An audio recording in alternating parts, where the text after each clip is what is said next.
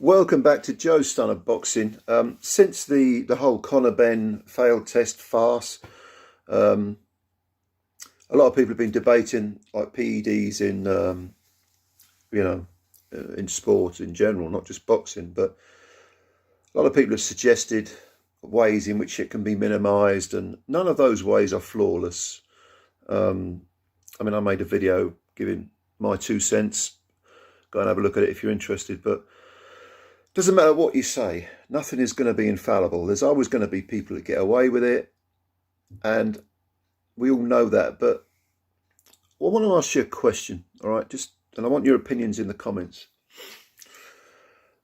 Do you think it's worth having such a rigid, strict system that it's almost inevitable that one or two people will be unfairly treated? Is the greater good worth a bit of collateral damage? Do you know what I mean? So by having very, very strict, strong rules, kind of like the law, really, if you have tough laws, in society, one or two people who perhaps some conditioner did give them something that they weren't aware of, and they ended up testing positive without even realising. One or two of those will inevitably slip through the net and will be punished, one could say, unfairly. But my question to you is it okay that happens if we catch many, many more people who are guilty and get them out of the sport or ban them? In this week's Boxing News, it came out today, which is Thursday. Still a great paper. It's been going for well over 100 years. I've bought it for the last, nearly 40 years now, but whatever it is. But fantastic paper still. Well worth buying. I think it's $3.99 now. God, how prices have changed since back in the day. But they had an article on this today. It was an editorial actually, and the Matt Christie, who you may know, you may have seen him interviewed, or if you buy the boxing paper, you'll know. You buy the Boxing News, you'll know that he has a weekly editorial column, and he said this is his idea for having a very strict regime regarding PEDs, dealing with PEDs. He said, once a failed test is registered, the punishment has to be harsh. In some cases, it may appear too harsh, but that's the only way to deter others from trying their luck.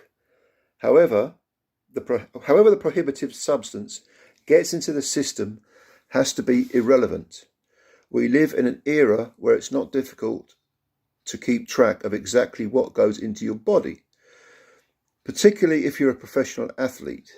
If you can't keep track, well, perhaps being a professional athlete is not for you. That's a good, interesting point.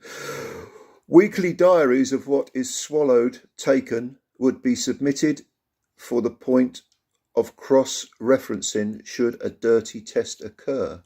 Okay. So, with a diary of everything consumed in place, if a boxer is caught, it would immediately be clear why, if they have made a mistake, failed to declare a treatment, misunderstood what is and what is not prohibited, swallowed the wrong pill, eaten in an obscure restaurant where they didn't take the time to find out the origins of their food, they must come out and say so immediately. Do not wait until the world thinks you're a cheat before attempting to clear your name. Do not believe the advisors who tell you not to worry. Take the initiative yourself. So take personal responsibility is what's been basically said. That's what Christie's basically saying. Own your own behaviour, as they say. Then make a guilty plea. Explain how you came to have a prohibited substance in your system to others, so others are not as careless. You should receive a 2-year ban regardless. So even though you've said, oh Christ, I've got something in me, I didn't even realise it was there. You go to, I presume, be the board, and you say, look, I'm guilty, I've done this, I don't know how I've done it, but I'm telling you. They go, okay, 2-year ban, right? You might think that's a little harsh, but then as Christie says, his idea for a system is harsh and probably has to be harsh. That bit I do agree with. Not guilty, I am clean, ask anyone, I have no idea. That sort of attitude that we've seen so much of. 4-year ban. 4-year ban. You had your little diary. It's up to you to make sure you know what's going to your body. You didn't. Now you're just talking a lot of, a lot of guff. Oh, I'm innocent. No, you're not, because you tested positive. 4-year ban. That's what Christy's saying. Okay. Caught again after your suspension. Bye-bye. Close the door on your way out. Okay. So this is some harsh stuff. But doesn't it have to be if we're going to seriously take on PEDs? And again, there is no infallible system. There never will be. There's never been an infallible system in any aspect of society. There have always been problems. There's always been people, found guilty of crimes and gone to prison for a long time and they're innocent, and yeah, I mean, carrying on with this article, there's some interesting stuff in here. It says, where is it? Let me just bear with me a second. Let me try and find the.